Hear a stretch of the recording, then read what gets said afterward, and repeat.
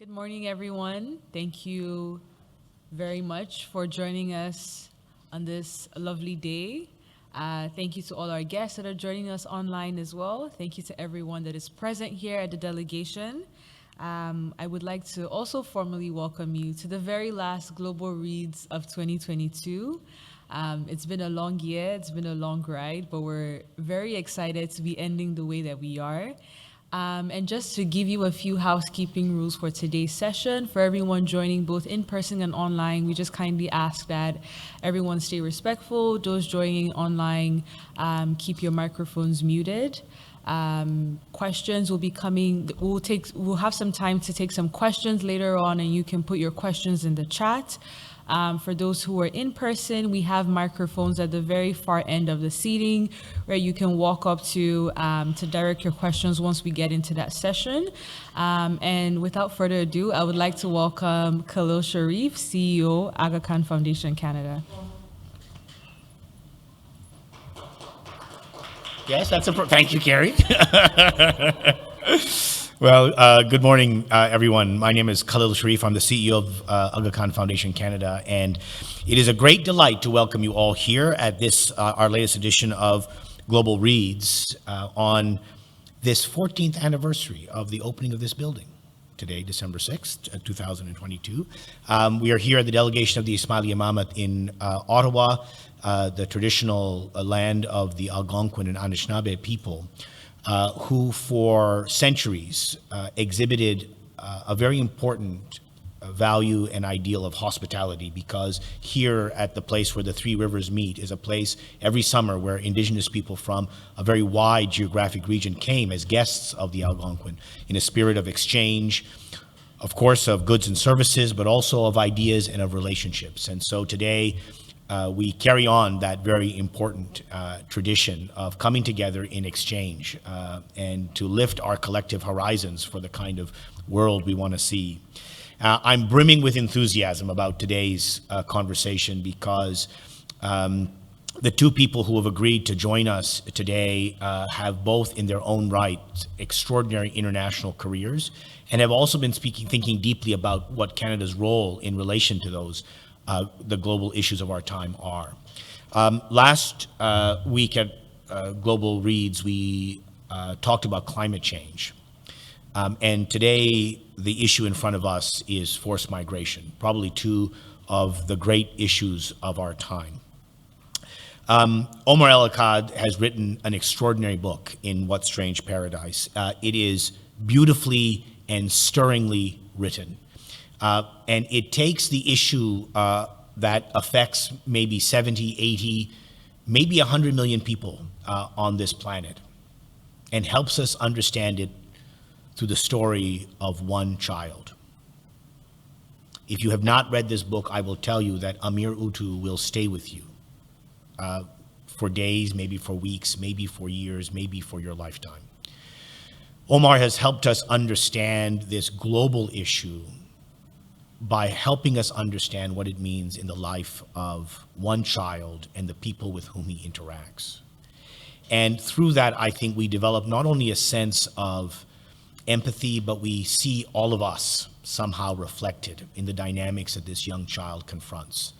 And as much as I think we feel for him, I think we are confronted with the very tough questions about our own ethical sensibilities in relation to this global issue, because of course there is not one Obianuju, there are millions.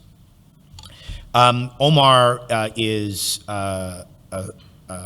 started his career as an extraordinary Canadian journalist, working for the Globe and Mail in some of the most difficult parts of the world, really during the beginning of the war on terror, including reporting from places like Afghanistan, which is an ongoing area of significant presence and concern for the Aga Development Network. But he has now turned himself to fiction, and he wrote his first book, American War, which is extraordinary, and now What Strange Paradise, which has won so many awards. But the one I'm going to point to is that it won Canada Reads on CBC last year. So that, I think, commends it if nothing else does. So you are going to learn a lot from Omar. We're delighted that Omar is joining us from from the U.S. And joining us to lead this conversation is Rema Jamous Imseis, who's the UN High Commissioner for Refugees representative here in Canada. Rema has had her own extraordinary international career, contributing all over the world to this issue of migration and forced migration and displacement.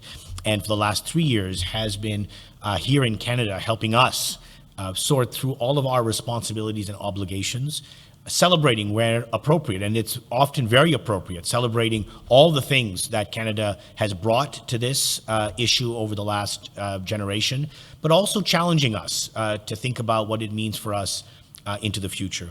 We are delighted that Rema agreed. For those of you who don't know the formula of Global Reads, we asked someone of prominence and consequence in the Canadian international affairs community. That's Rema. They choose a book and an author. We go and beg the author to join us. That's Omar. When it all comes together, we get Global Reads. And in fact, it has come together just beautifully today.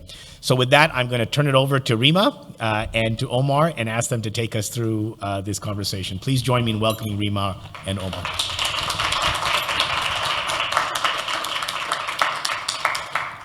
Good morning, Omar.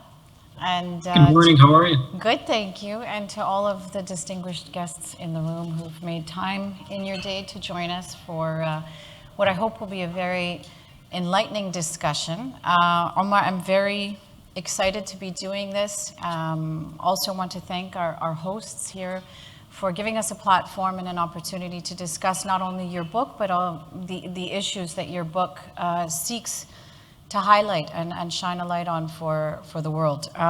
This is a tremendous honor and joy for me personally and professionally, not only because the issues that are dealt with in this book are near and dear to my heart, given what I do every day working for the UN Refugee Agency, but also I have to confess a small degree of pride seeing a very successful journalist from the Middle East receiving much deserved accolades and acknowledgements, and perhaps a time in our history when those kinds of positive bits of feedback and praise are not necessarily as forthcoming as they should be. So thank you, Omar, for giving us this incredible opportunity, and also for paving the way for those who come after you. Now, to the book. Omar, you might know that here in Ottawa, we recently had the opportunity to screen a film called The Swimmers. It's just been released on Netflix. For those of you who have not seen it, I strongly encourage you to spend a couple of hours viewing this incredible story of two sisters, Yusra and Sara Mardini, both Syrians, both championship level swimmers who undertake a similar journey to the one that's chronicled in your story. They ultimately make this very perilous journey in their flight from Syria across the Mediterranean. No spoilers, because their story, I think, is pretty well known, but at one point the situation becomes so dangerous that the two young women who are championship swimmers actually jump into the water to try and help bring the boat that's taking on water to safety. And they continue their journey across Europe on foot and by car, ultimately ending up in Germany, where they claim asylum. That story, Omar, and Amir's story that's profiled in this book, I think one of the many gifts you've given us is the opportunity to understand the refugee experience. Much like what Khalil has said, you've humanized the story, and if you've told it through the eyes and the experience of one particular child. And I just wonder, Omar, what compelled you to tell this story? First of all, thank you so much for doing this. I really do appreciate it. That was an incredibly generous introduction, and also I very rarely get to hear my name pronounced Omar instead of Omar, so that's an added bonus. So one of the fun things that you get to do when you're an author is create a very clean Genesis story after the fact. This happened, and then I wrote a book. The truth is, it's a much sort of messier process than that. But the closest thing I had to a sort of Genesis moment for this book was in 2012. I was still working at the Globe and Mail at the time. I was still a full-time journalist, and I was covering the aftermath of the Arab Spring. I was back in Egypt, which is where I was born, and where all my family's from. And one night, I had finished filing, and I was driving around town with an old high school buddy of mine. And he was complaining about the most universal thing in the world. He was complaining about the rent. The rent's too high, the rent's too high. And at one point I said, okay, well, what's the rent for an apartment in your building, for example? And he said, well, do you mean the locals' price or do you mean the Syrians' price? And I was like, well, hold on a second. What the hell's the Syrians' price? What are you talking about?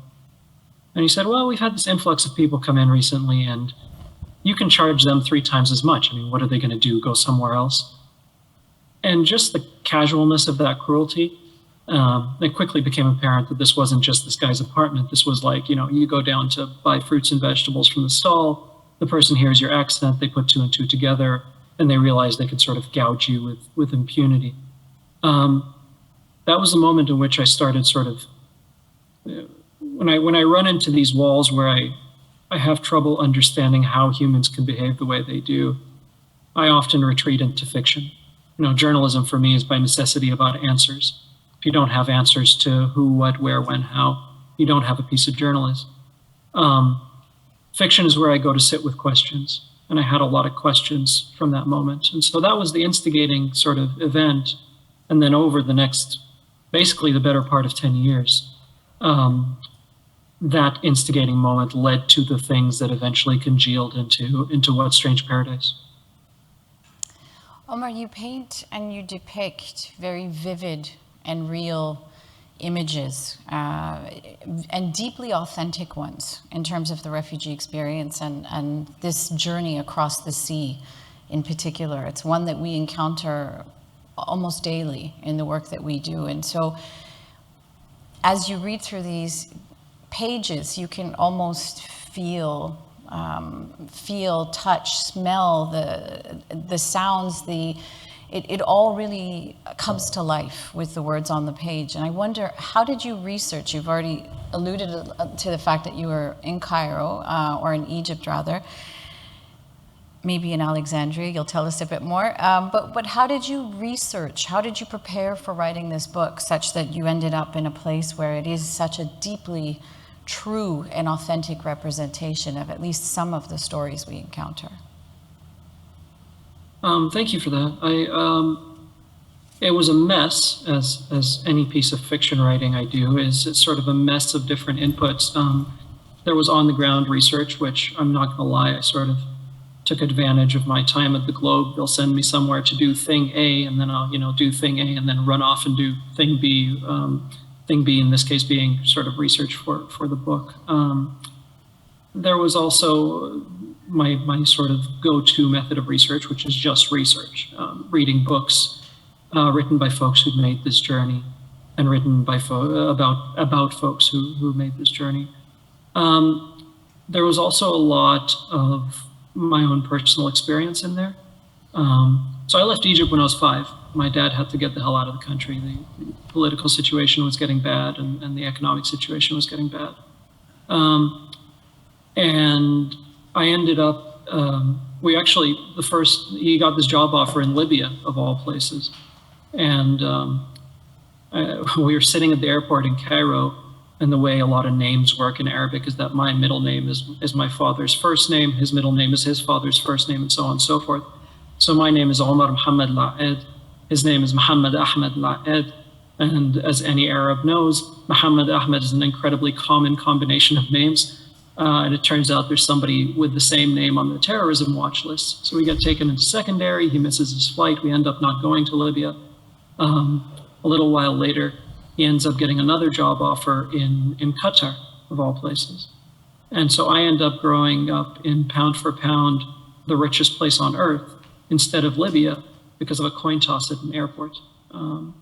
And obviously, almost everything about the trajectory of my life was sort of influenced by that. The reason I sound the way I do, all of that, is a function of a random case of mistaken identity at Cairo airport. But the thing about Qatar is that it was at the time, and I suspect this is still the case, about 90% non-Qatari. People who'd come in from other parts of the world to cash in on the oil and gas money.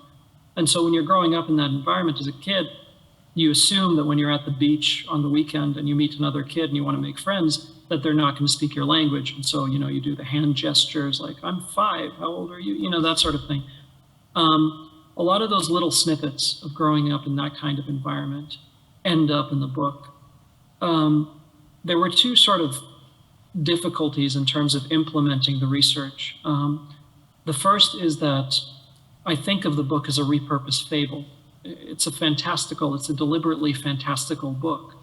And there's a hard divide between the before chapters. The book alternates between sort of the past and the present. And the before chapters are hyper-specific in their geography. The section that takes place in Alexandria is based on the places I knew as a child in Alexandria. Whereas the after chapters are deliberately fantastical. The island in which these chapters happens is never mentioned outright, even though it's very clearly based on the eastern coast of Crete. The flora and the fauna is made up. So trying to implement real research into that kind of structure was very difficult. And the second thing that was very difficult was that a lot of the least realistic things in this book are things that I stole verbatim from real life. So there's a scene in the book where Amir and his family are still in Egypt and they're watching TV. And there's this press conference on TV where this general with the Egyptian military is declaring that the Egyptian military has discovered a device that cures all diseases. And the audience is clapping and applauding this. And it's maybe the least realistic thing in the whole book.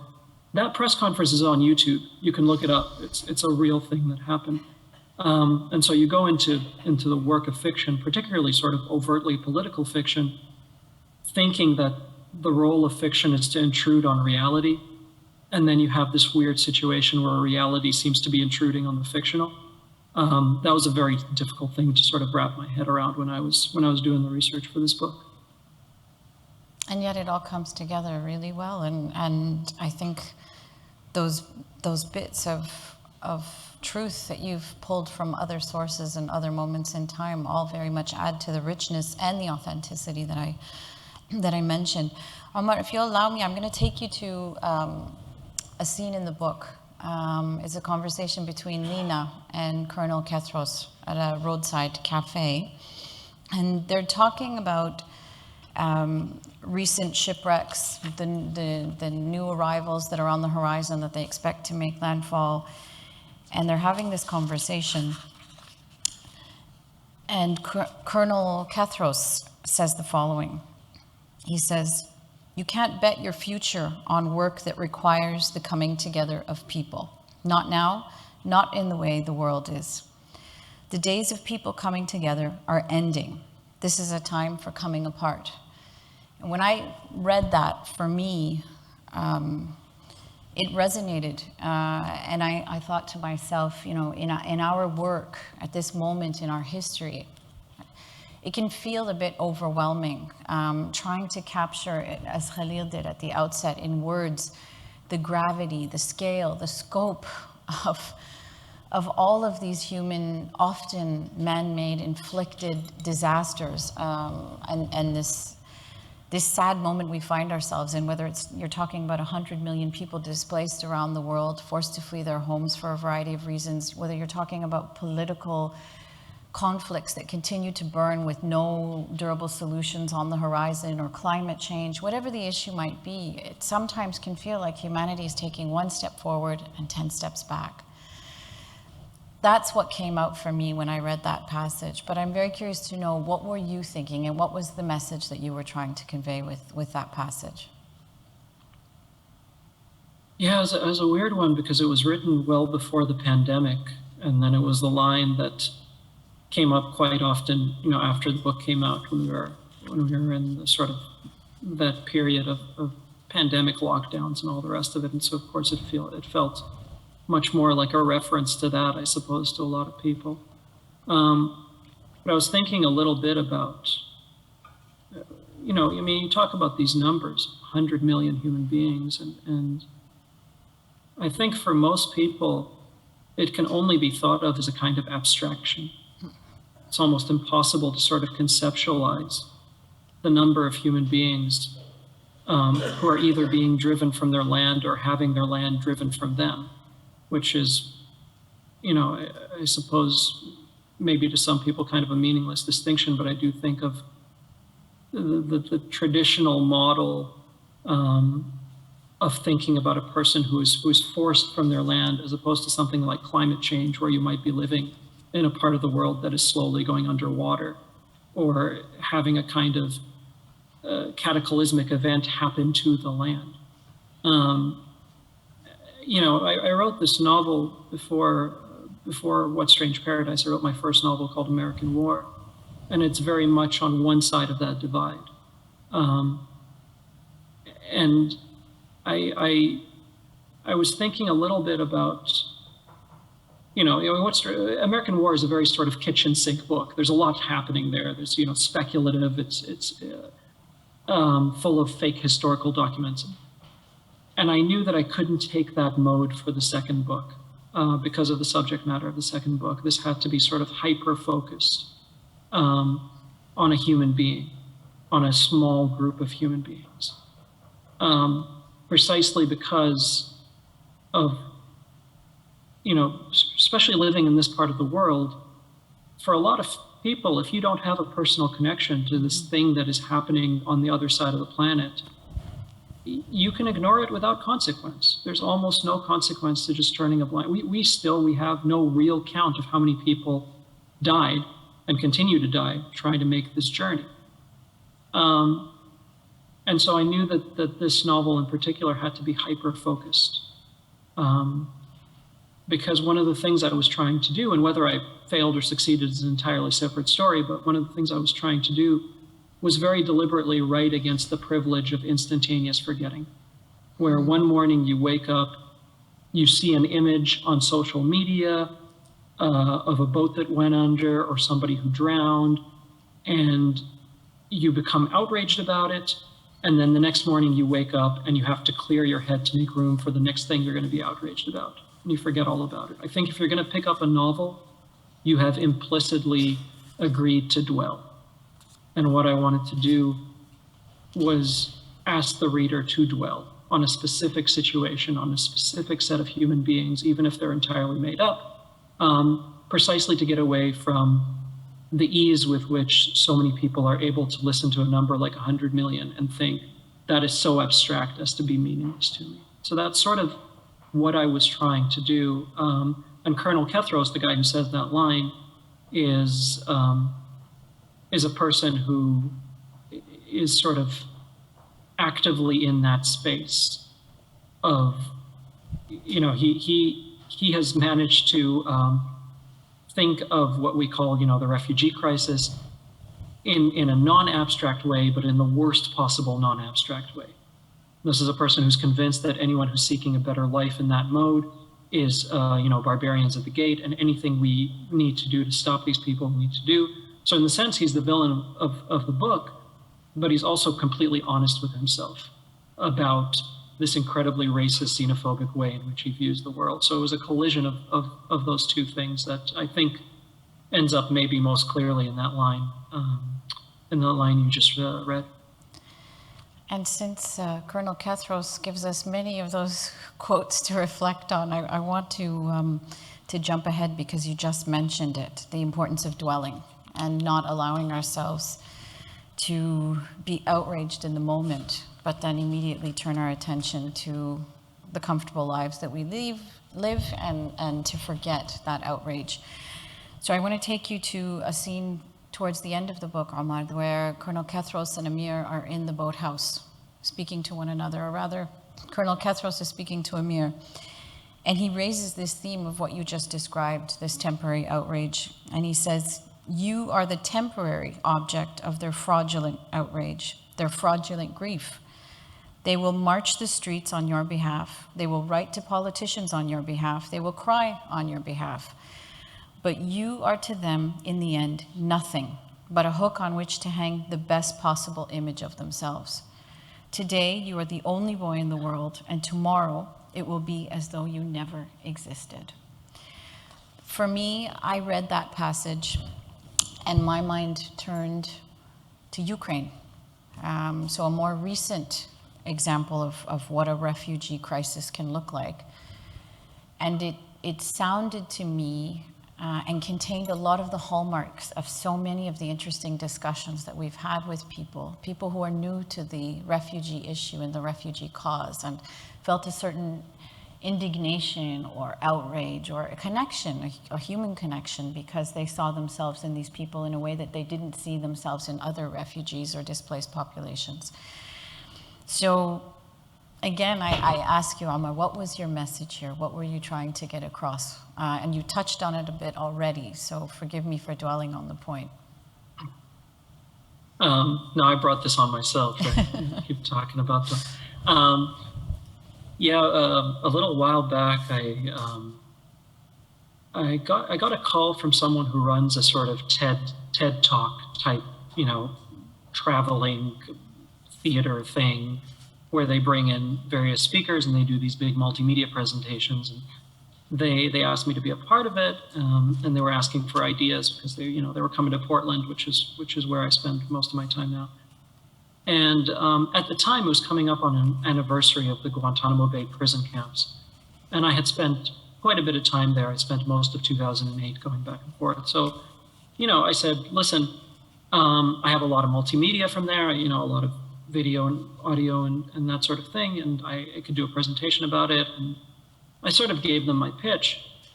And once I was done, the guy who'd contacted me, the organizer of this thing, said, that sounds really great, but do you have anything more recent? And I thought, man, like the camps are still open. Like this isn't ancient history, right? But we were in the sort of final days of the Trump era, and one of the things that to me is sort of a defining hallmark of that time is that you had to wake up every morning and forget about the previous day's scandal because there was a new one coming in. Almost as a sort of psychological self-defense mechanism, right? Like I genuinely couldn't tell you what the scandal of the day was 3 years ago. Like it was an onslaught. And so it's a difficult thing to write about. I mean, there were a lot of publishers, there were a lot of foreign publishers who had passed on this book precisely because they thought, well, this is a 2015 thing. We're past that moment. And I don't know what to do about that. I genuinely, the work I do, you sometimes, again, not to say that I'm any good at it, but you sometimes feel like all you're trying to do is sort of pry open somebody's attention span, somebody's sort of the spectrum of who they're willing to consider human. And again, I mean, to be perfectly honest, because of who I am and because of the things I write about, both as a journalist and now as a guy who makes stuff up for a living, I am very frequently a tourist in someone else's misery. And that means that no matter how empathetic I try to be, no matter how much I try to convey the human reality of a situation that my reader, and my readers are mostly on this side of the planet, can easily sort of ignore without consequence, I still have the fundamental privilege of getting up at the end and walking away. Whereas the people who undergo the very real tragedies that I'm writing about don't. And so you go into an endeavor like this book and you think, okay, the very gross feeling I have right now of being a tourist in someone else's misery is offset by the possibility, at least, that someone's going to pick up this book and maybe it'll change their mind, or maybe it'll get them to focus on the plight of human beings that they would otherwise not think about twice. Maybe it will do something. But there's almost no evidence that that's true. And instead, what happens is that this book comes out, does unreasonably well, for reasons that I can't fathom. I end up winning the Giller Prize. Somebody hands me a check for $100,000, which has never happened in my life before and will almost certainly never happen again. My career goes through the roof. I get all the benefits of writing this thing, and I have no idea whether the thing I set out to achieve has actually happened in any discernible way. And that's a very weird feeling to sit with. And I don't know if I can keep doing that, but my orientation as a writer leads me to these places. And so it's a real clash. And usually when you're saying something like this, you throw a but at the end of the sentence, but then I learned that I can actually do this. And I don't have that. This kind of work, this kind of writing has a very bizarre calculus to it. And I don't know if I can make it work, but this is the subject matter that I'm drawn to. And so you have to kind of go into it with maybe a wholly fraudulent belief that it can make some kind of a difference, even if that difference feels abstract and completely impossible to measure. Everything you just said, I can completely relate to, as can all of my colleagues who work in humanitarian affairs, because it's an argument and a conversation and a struggle we have with ourselves everywhere we go in the world. We parachute into places to try and help, but you're often so overwhelmed by the scale of human misery, the reality that so much of this is self-inflicted and unnecessary human suffering, and you question whether or not at the end of the day you leave things better than how you found them, what your impact has been.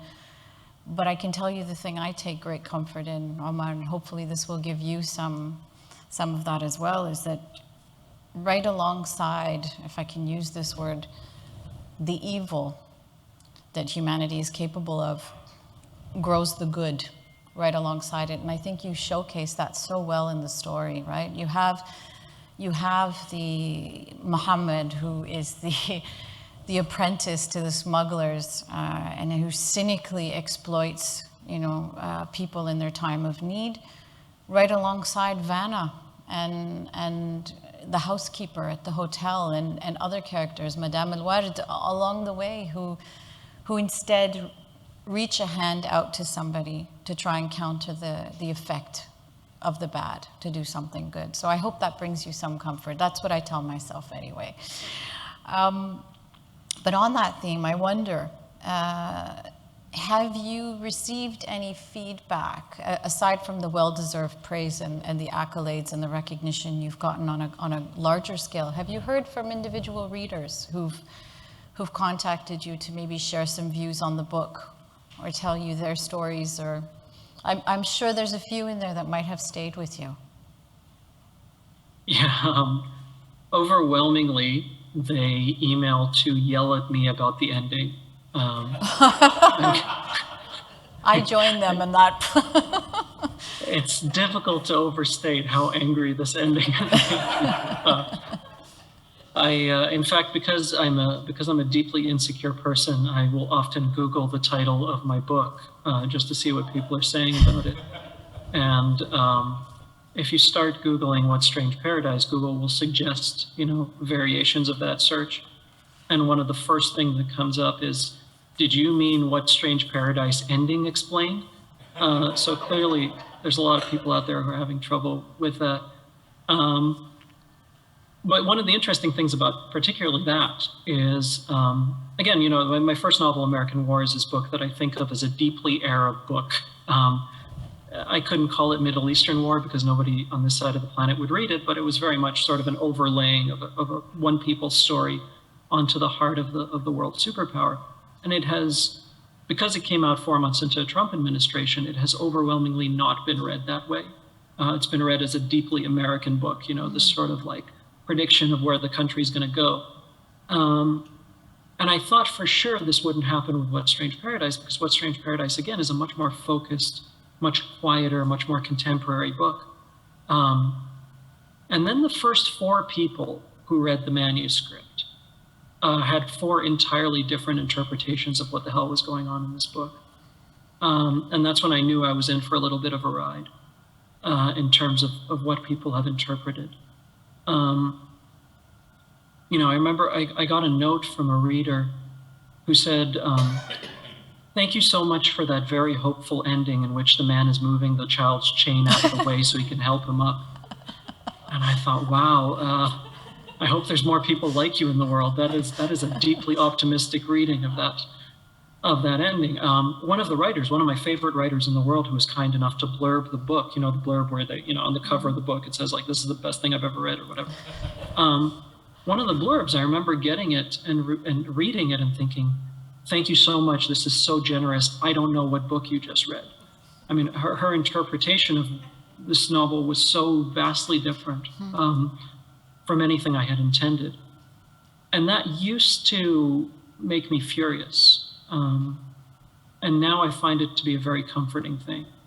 By definition, these books are going to outlive me, even if they're sitting on a library shelf collecting dust. And if they're going to outlive me, it's nice that they should have as many different lives as possible. And some of the interpretations of the arc of the story, and particularly the ending, some of the interpretations I've gotten from readers are quite easily far more profound than anything I intended when I was putting the book together. When I started with the first draft, the only thing I had was an opening paragraph and a closing paragraph. That's the book went through about 8 drafts. Everything changed up and down, except those 2 paragraphs. So I knew structurally where the story would begin and where it would end. And conceptually, I had reasons for doing that. I knew what I was trying to do. But maybe the central privilege, I think, of being an author and of putting this kind of work out into the world is that you find out what the work's about after the fact, because people email you and they talk to you at book events, and they give you their interpretations. And I've learned to love that. I used to despise it. I used to get furious that people didn't read exactly what I wanted them to read. And now I find it really comforting. Omar, I could spend hours talking to you about this book and asking you many more questions that I won't have the time to do today, but I think many in the room are probably wondering what I'm wondering. First of all, American War is on my list of holiday reads for sure, just because you caught me with this, and I look forward to seeing what you've done with that one. But what is next for you? Have you started the next book? Are you thinking about the next book? And what can we expect, if you're at liberty to tell us, or even give us a few hints? So just a heads up about American War. It's just another stone cold bummer. So just brace yourself. I'm about five chapters into what I hope will be the next thing. It's a very speculative, sort of very different book from What Strange Paradise. It's closer in mode to American War, I suppose. It's one of the reasons that I try to be very cagey about these things is because I don't have like a 12-book deal or anything. My publisher has no idea what the hell's coming next. And I try to remain as cagey as possible in case the whole thing falls apart. I can sort of run away without having ever committed to anything on the record. It's a story, it's a love story set at the last days of our species. So again, another incredibly depressing book. That's sort of my forte, I suppose, but early days. I have to tell you, because of that, I usually stay away from this subject matter when I'm reading for pleasure, because we have enough of that weighty, kind of heavy substance during the day. But I am so pleased that I had the opportunity to actually read it and get to know Amir and the multitude of characters that you so beautifully depicted. The story is haunting, it stays with you, and I'm sure it will stay with me and everybody else who's had the pleasure of reading it. And thank you for creating such an enduring piece of work, because the themes, I believe, are timeless, and they speak to us all in different ways. And unfortunately, with the state of humanity the way it is, I think that some of these questions are going to continue to linger with us for some time to come. So I encourage everybody to put this on their holiday Christmas shopping list. One of my colleagues has already said, Omar, she plans to include it in our staff gift exchange. So with that, I thank you, and I turn back to Uju, who's going to direct us in the next part of the conversation. Thank you so much, Rima and Omar, for that discussion. We're going to go quickly into a very fun, hopefully lighthearted quiz for everyone that is joining us both in person and online. So very shortly on the screen, you will be seeing a QR code that you can scan or a link to join our Slido discussion. It's going to be slido.com and the code is 2749758. So please, I welcome everyone, as I'm looking at you, please join Slido. We just have a few questions I would like to ask everyone before we move over into the next segment, which would be an open floor discussion. So also something to keep in mind and get yourself prepared for. If there are any questions that you'd like to direct to our author, or even possibly to Rima as well, as she's here, based on the book, the conversation, things that are also burning on your heart. Maybe you also want clarity on the ending of the book as well. So feel free to start, brewing those questions in your mind. To those who are online, you can put it in the chat. And once again, to those in person, we do have microphones on two ends of the aisles if you'd like to walk up and ask your questions. So we're just going to give a few more minutes or seconds, if I can say, for people to join Slido. The first question that we have on here is asking, what does home mean to you? I know, even part of the conversation that we started today with the book and talking about, forced migration, it really begs to question, reimagining and redefining what home is and what home means, or who is home or what is home. So we really love to get your thoughts on that. I'm seeing a lot of responses about family, safety, security, belonging, comfort, childhood, love, mental peace. I love that as well. What else do we have in here? Where my family is, happiness, laughter as well. So yeah, warmth.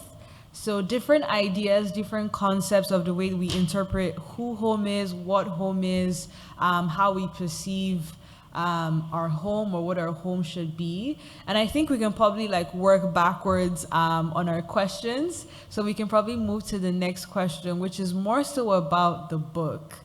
If you're an avid fan, then you probably know the answer to this question. So the question is asking, what is the paradise in What Strange Paradise? In the title of the book, what exactly did the author mean by the paradise, quote unquote? We have the delusion of what the world is instead of what it actually is. We have the new home that the characters find themselves in.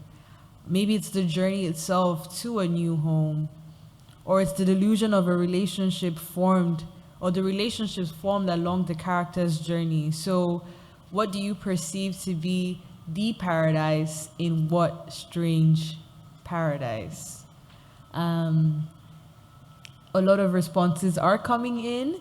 I think we have the most responses going towards the first option, which is in fact correct. And if I am wrong, please, Omar, correct all of us. But I believe that is what the concept of paradise is referred to within the book. And then lastly, to our final question that we have for everyone. So What Strange Paradise is a reinterpretation of which of the following films? Aladdin, Alice in Wonderland, The Chronicles of Narnia, Peter Pan. If you've read the book, then you should have an upper hand in this. So the book itself is supposed to be a reinterpretation, or at least draw similarities to one of these stories highlighted on the screen. I see a lot of people are responding Alice in Wonderland. Nobody's going for Aladdin. Chronicles of Narnia, I'll keep quiet.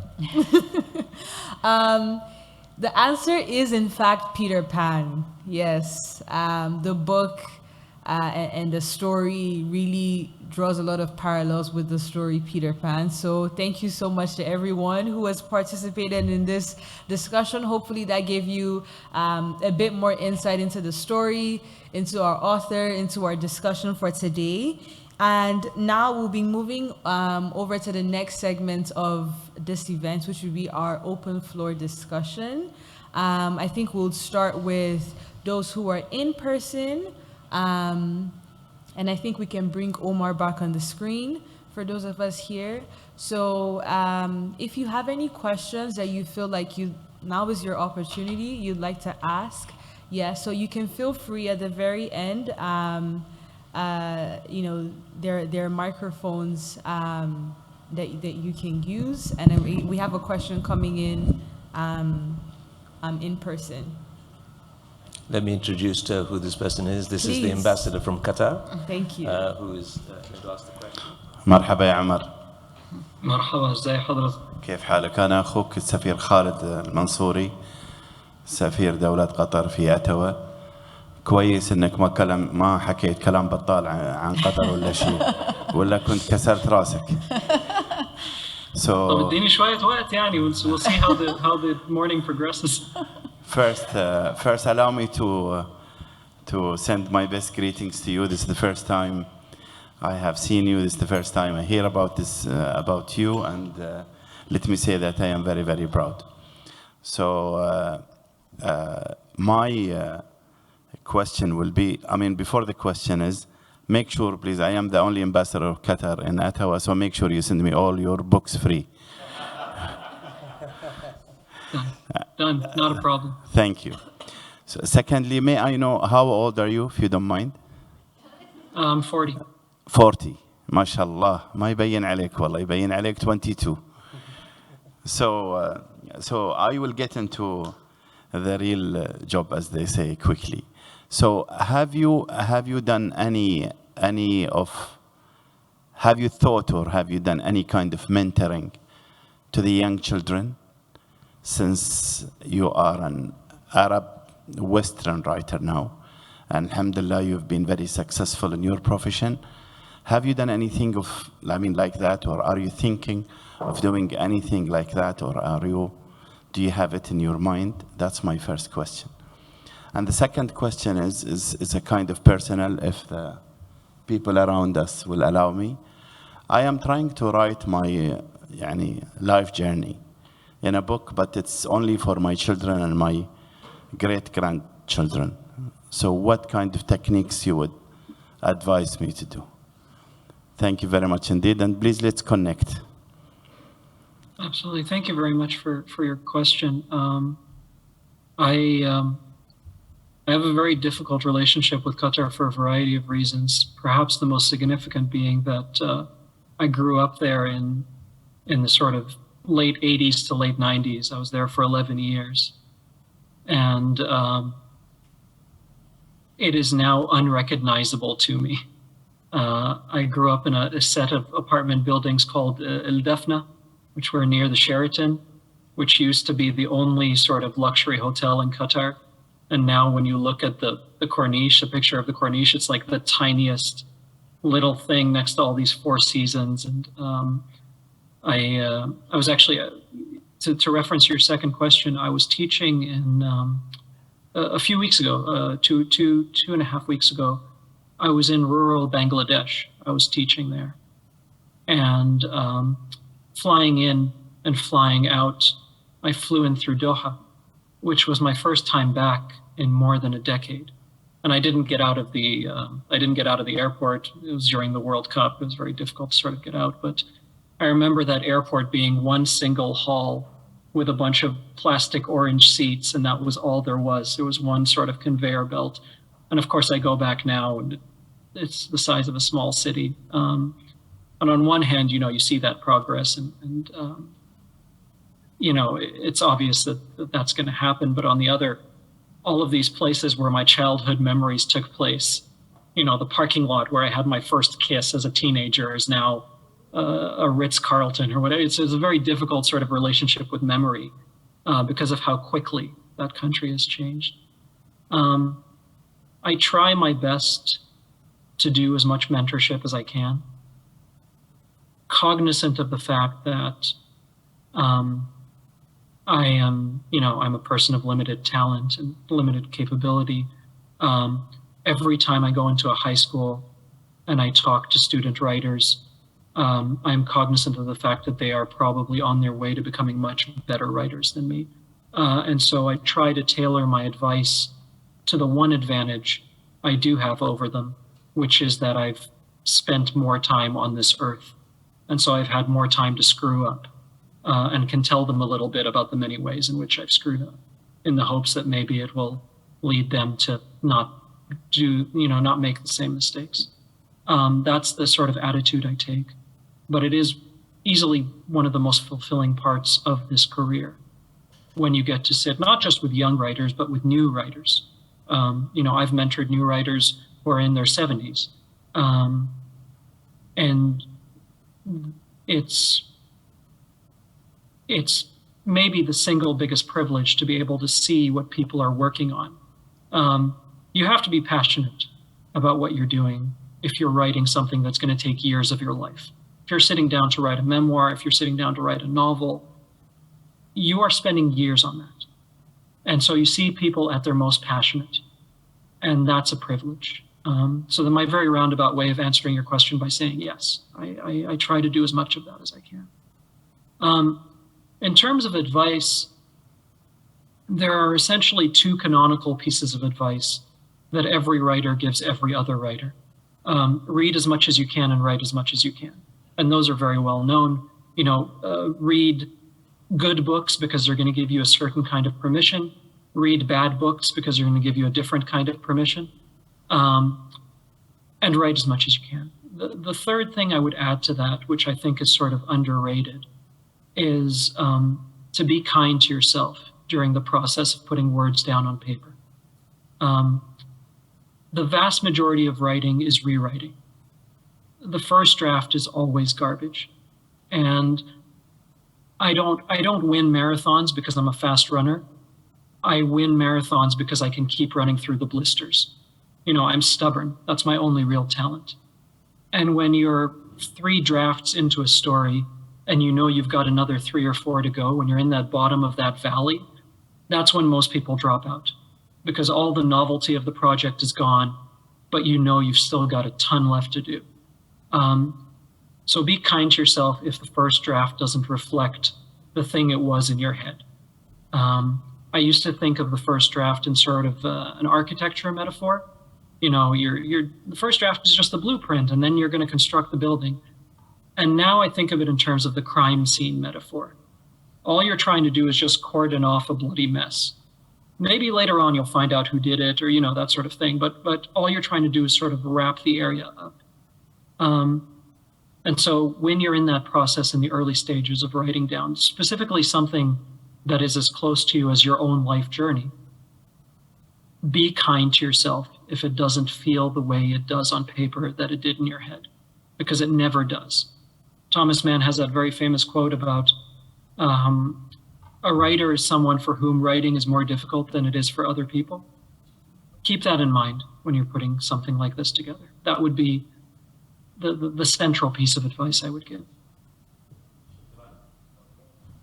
So I don't know if this, okay.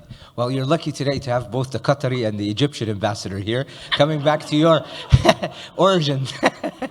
ازيك يا سيدي عامل ايه؟ How are أهلا you? بيك، ازي حضرتك؟ شفت بقى؟ بس لا منه هو الحقيقة. Yeah. Of course, I'm not writing a novel. I think I'm almost done with my first. Anyway, I'm just kidding. But thank you for the advice. I just have a quick question. Do you have any connection to the Egyptian literary world at the moment? Oh my. Can I just say that never in my wildest dreams did I ever expect to do an audience Q&A.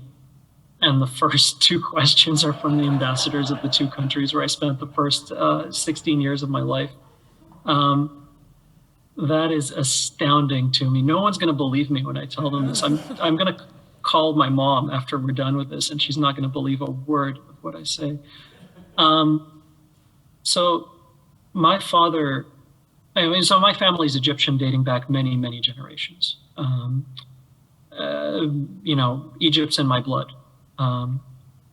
My father in particular marinated in Egypt. And he grew up in El Hussein. He grew up in this house, Beit al-Ard. And when he was a kid, he would go down to Ahwat al-Fishawi, and he would listen to, I think it was on Thursday nights or something, the cultural luminaries of the day would show up in Ahwat al-Fishawi.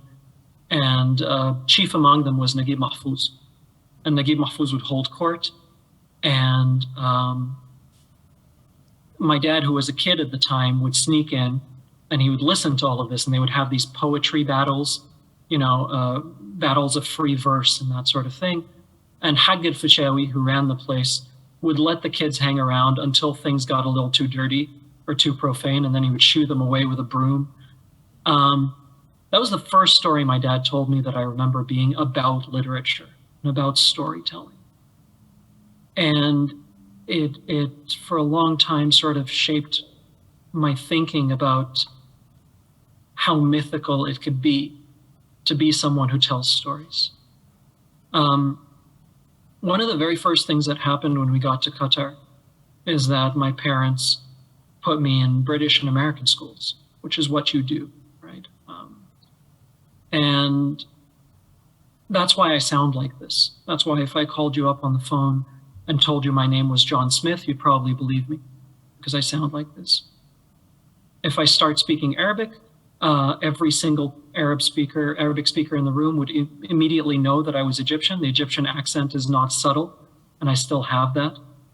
But there's a massive negative space of my knowledge of the country of my blood and the culture of my blood. Because my parents come from a part of the world that was colonized by Westerners, and one of the reflex mechanisms when you have that is to think of something like English as the winner's language. And if you want your kid to succeed in the world, that's what you teach them.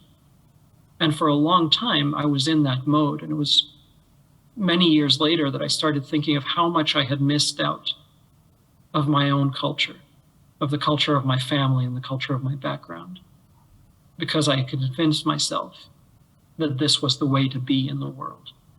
And so I've gone back and I read Arab authors compulsively these days, many Egyptians among them. Some of my favorites include Basma Abdelaziz, who I suppose I could start a political incident here by talking about how like she's had serious trouble with the government as a result of the novels she writes. She's a fearless writer, and I'm a huge fan of hers.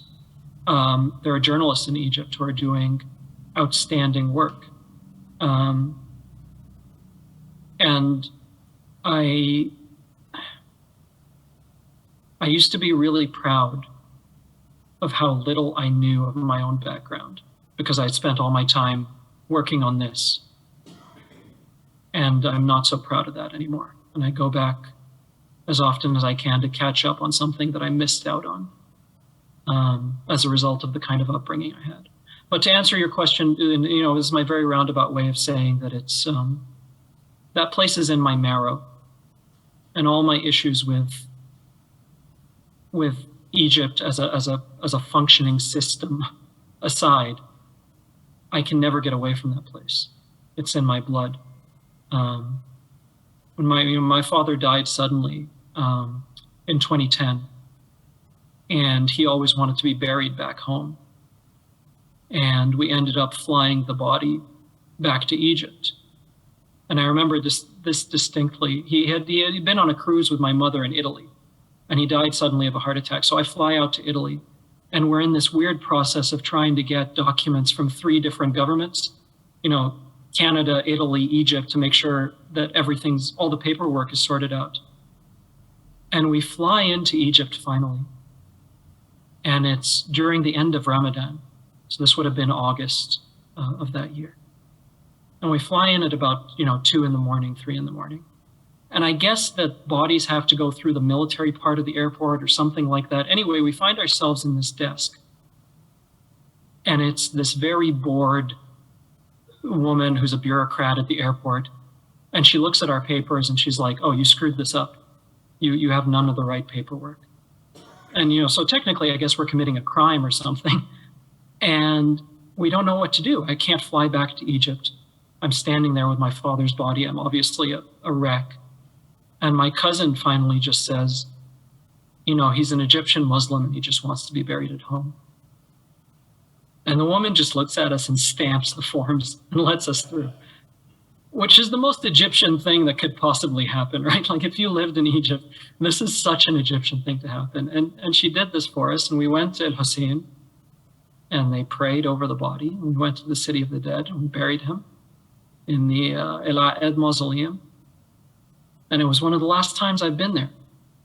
And as much as that country infuriates me in so many ways, it's still in the fabric of who I am. Sorry, that was such a rambling answer to such a straightforward question you asked. I apologize for that. Thank you so much, Omar. We have another question coming in. Do you mind just coming to, I think the one on that side has the, sorry, has the microphone. Yes. Hi, Omar. Thank you so much for joining us today. I'm originally Syrian and I work for the UN Refugee Agency. So needless to say, What Strange Paradise is really close to my heart. When you come from a region, you realize, unfortunately, that not everyone gets to point at one place in the world and say that this is home to me. We learn to make homes wherever we go. So I wanted to ask, how did your own maybe complex relationship with home, having created homes in many different places, how did it impact your writing of What Strange Paradise? How did it enrich it in a way? Thank you. Thank you so much for that. I appreciate it. A few years ago, I was in southern Louisiana. I was doing a story on climate change. And I was interviewing this person who lives down there. And we finished the interview and we're just chatting afterwards. And he asks me this question that I think a lot of immigrants get. He asked me, "Where are you from?" And then my answer was not satisfactory to him because he said, no, where were you really from? And so we did the little song and dance where we moved backwards in time. And finally, we get back to Egypt, which is where I was born. And I say, so I was born in Egypt. And he nods and he says, yeah, I could hear the Egyptian in your accent. I was like, no, you can't. Like, I've been working on this for a long time. But it was a reminder. It was a reminder that you don't have a good answer to that question. I was born in Egypt and my family's from there, but I left when I was 5. My formative years were spent in Qatar. I don't know how the ambassador feels in the audience today, but I'm probably not getting Qatari citizenship anytime soon. I'm a citizen of both Canada and the United States, but I didn't come to these places until I was 16. So they begin for me quite late in my life relative to the time where, the cement hadn't solidified yet, sort of thing. And that reflects in all my work. I write about people who are unanchored. I write about people who don't have a good answer to that question, where are you from? And that's a difficult thing to do because, again, the writers that I grew up idolizing, people like Naguib Mahfouz, they knew a place and they could speak about that place down to its core. Almost all my favorite writers have that capacity where they are from a place, they knew this place, and they could write about it in a photorealistic way. My wife, who's from Southwestern Ontario, can't read Alice Munro. That's too close to home. The people she's described are people she knows. And I don't have that, and I will never have that. No matter what I do for the rest of my life, I will never be able to be rooted in that way. And so I write these books that I think a lot of people have a very valid negative reaction to because they're on such unsteady ground. One of the things I do in my novels, for example, is I move borders around and I alter geography, I alter topography. I have very little respect for the borders of a nation state as this kind of sacrosanct thing, because I grew up in a part of the world where 100-some years ago, a bunch of British and French guys drew some lines on a map, and now we have Lebanon, or something like that. So I have a difficult relationship with political geography, and that I think reflects throughout a lot of the books and also the short stories. And in What Strange Paradise, I think it is the closest and the most directly I've written about that feeling of being permanently unanchored. Even if you find a stable geography, there's still an element of never quite being on stable ground. Thank you. We did have one question coming online from Shamim Murji. She's asking, more as it pertains to the book, is there a particular reason why you chose or why you had Vanna save Amir in the story? I mean, I think of Vanna as this person who is trying to come to terms with the lottery of privilege. We meet her and she's 15, and she's starting to realize that a lot of the deciding factors in where her life is headed and what she's able to do and what she doesn't have to do are related to a lottery of birth. Her skin color, her ethnicity, where she was born in the world, which is a very difficult thing to come to terms with. We have a lot of evidence that one of the, if not the most important factor in how successful you are in life is the zip code you're born into and your choice of parents and how much money they make. These are not things over which we have a say. And so she's trying to figure out what it means to be a good person in that context. And she's doing her best. She sees this child, she wants to help. And the way in which she tries to help is deeply flawed.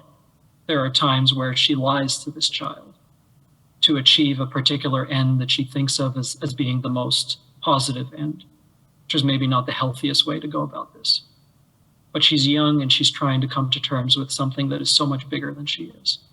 So that's the way that I think of her, as somebody who's figuring out how much privilege she has in the world and trying to understand how to best lead a moral life in light of those factors over which she had no control.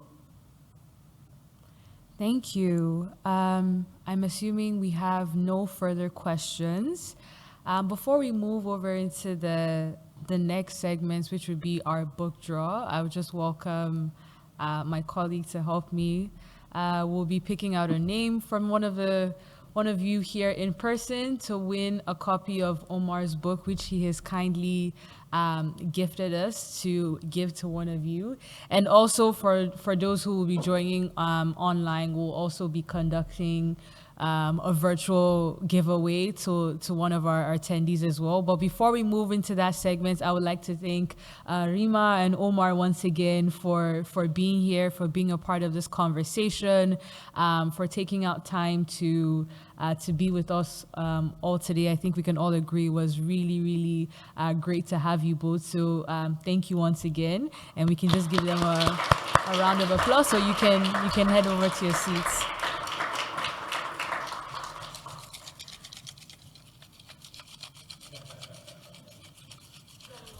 Drum roll, please. So to pick the winner of the book, for those of us who are here in person, I'm going to put my hand into the bucket. I have a name, and we have We Just Stead. I don't know if I'm saying that correctly. Yes, congratulations. Oh, it's okay. You can take your seat. I will be in contact with you. I have your email here to send you a copy of the book. Afterwards, we'll get your address and all of those fun details so that you can have that. And then to those who are joining online, I believe we have all of the names for those who are already currently signed into Zoom. And once my colleague is ready, please feel free to spin the wheel so we can pick a winner online as well.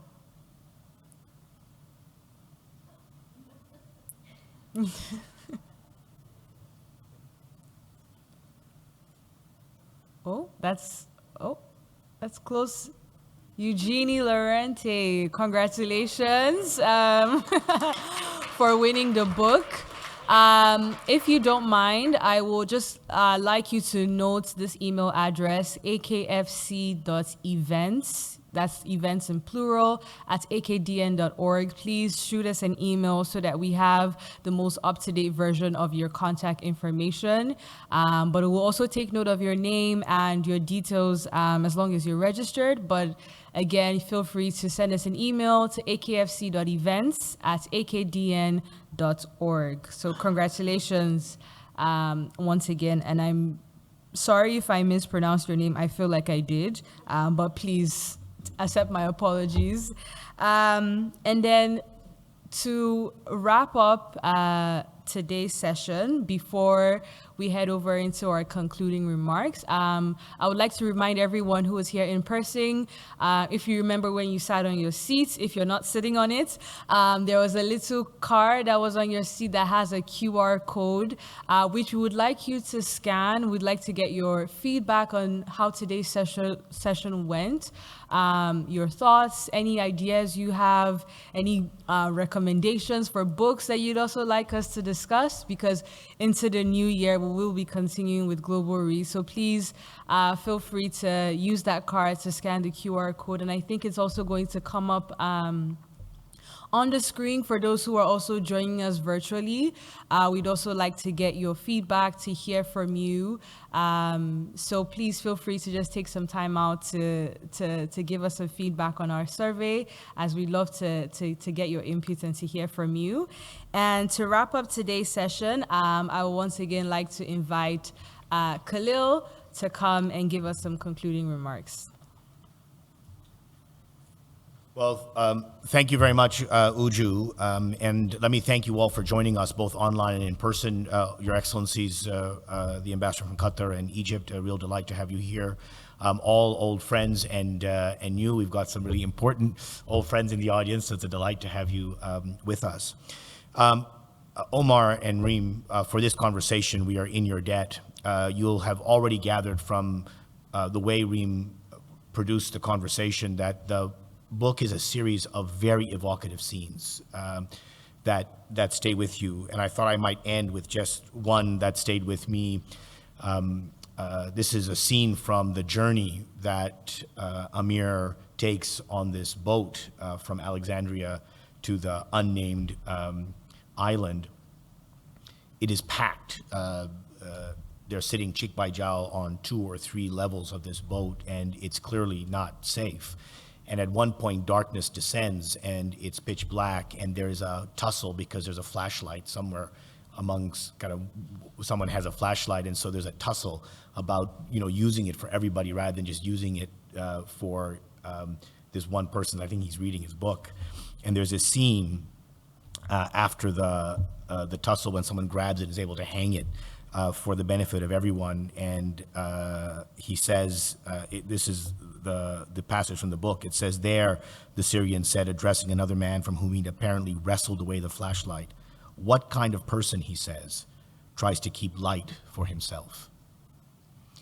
Omar, you have not kept the light for yourself. In this book, you have really shed light on one of the great issues of our time. And I think, like our session last day, what we haven't really dwelt on here, but I think for me at least, the book presents so powerfully is the deep ethical question at the very center of Amir's story. Vana, who is this young child who basically rescues Amir from his situation, represents, I think, one ethical response to the question that Amir's situation presents to us all. But what does it mean when there are 70 or 80 or 90 or 100 million Amirs? What does it stir from all of us? What does it call us to do? Omar, for presenting that question, you said earlier in your remarks that journalism is about answers and fiction is about questions. I think that's the central question that your book really forces us to grapple with, and for framing that question, for creating it with such force and clarity, we are in your debt. So thank you very much for the book, for its contribution, and for joining us today, and Reem for choosing this book and choosing Omar, and for helping us navigate through the book so beautifully. We are also grateful to you. So thank you both. I hope you'll join us for future editions of Global Reads, as well as for other events. If you're not on our list, Uju has told you how to get there. So thank you very much, and I look forward to continuing this conversation. Thank you.